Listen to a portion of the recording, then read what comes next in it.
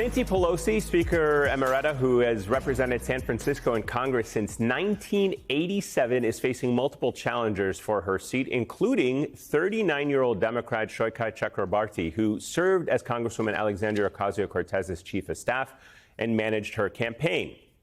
He recently told Politico about how his tactics have changed since Ocasio-Cortez won in 2018, saying, quote, "The view was, let's get a few more people into the Democratic Party and try to push the establishment. I think that time is over. We need to replace the establishment." Shoykai Chakrabarti, Democratic candidate for Congress, who is challenging Congresswoman Nancy Pelosi, joins us now. It's great to have you on the show. Walk us through why you believe it is time to replace the establishment and why you think you can seat a titan of Democratic politics like Nancy Pelosi. Yeah, well, I worked on Bernie's campaign in 2016, and I started this group, Justice Democrats, where we were trying to recruit people to run for office back in 2018. That's how we recruited AOC to run. And the message we were trying to push back then was that if Democrats can't actually improve people's lives, we can't use democracy to fix the dire problems that Americans have been facing for decades, because for decades now, wages have been stagnant for most people, while the cost of essentials have been going up and up and up, then authoritarians will win again in 2024. I didn't think it would be Trump again, but we did see that happen. And after Trump won the second time, I just saw the Democrats' reaction to it, and it felt like they were treating this like just another moment in politics. We're just waiting for the backlash of Trump to build up, and we'll win off of that. I heard Nancy Pelosi go on a podcast and talk about, when she was asked, how should the Democratic Party change? Her answer was, we don't need to change. We did our best in the last election cycle. And then she actually came on MSNBC and talked about how Democrats will have a strategy in 6 to 7 months. And I just don't think that's acceptable. I think the moment we're in right now is really dire. We actually need to be doing everything we possibly can. And frankly, I don't believe Nancy Pelosi this time around has been. She hasn't done a town hall. She's actually the only, since 2019, she's actually the only member of Congress who doesn't sit on a committee right now. So she's not doing legislating. And what we're seeing on the doors, because we're running a massive grassroots campaign, is it is possible. This appetite for change right now in the Democratic Party, it completely dwarfs what I saw in 2018. And the door knocking is showing that out, and the polling is actually bearing that out as well.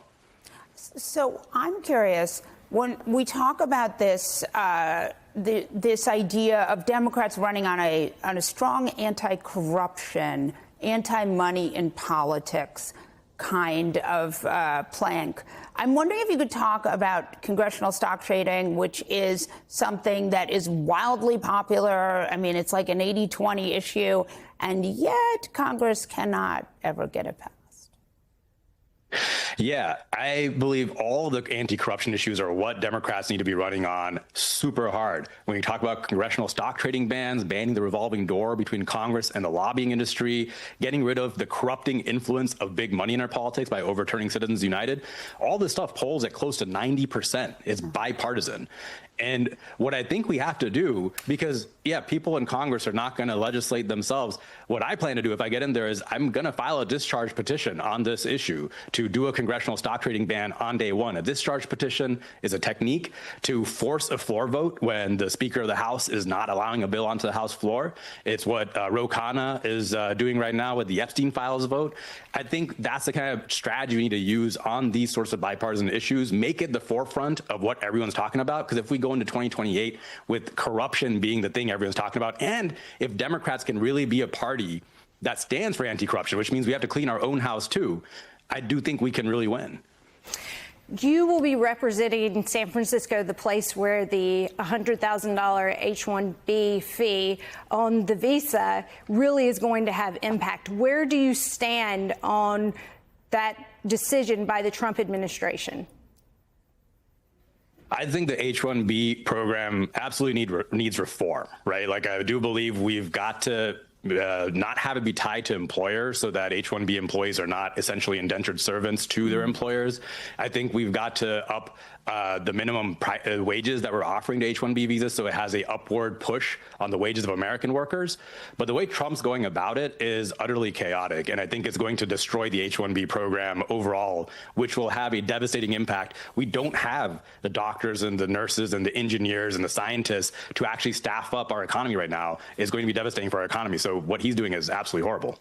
Shoika, let me ask you about something that is playing out right now, and I'm sure if you are elected, something that may come up again in potentially the last 2 years of a Trump presidency if you are elected in 2026, and that is the government shutdown. We've been having a discussion right now as to whether the Democrats should be forcing a government shutdown or allowing the government shutdown to happen. They're trying to negotiate with the White House. The White House does not want to negotiate with them. A lot of criticism about the leadership of the current Democratic Party for not being more forceful. We heard Susan Del Percio earlier on the program going after Chuck Schumer about it. Just give me your thoughts on what you think the Democratic leadership should currently be doing in this moment that they're not doing, or something that they are doing that they should be doing more of that they're doing well. They've got to fight. They absolutely need to be going to the mat and being willing to shut down the government. Specifically, give me the specifics of what that fight looks like.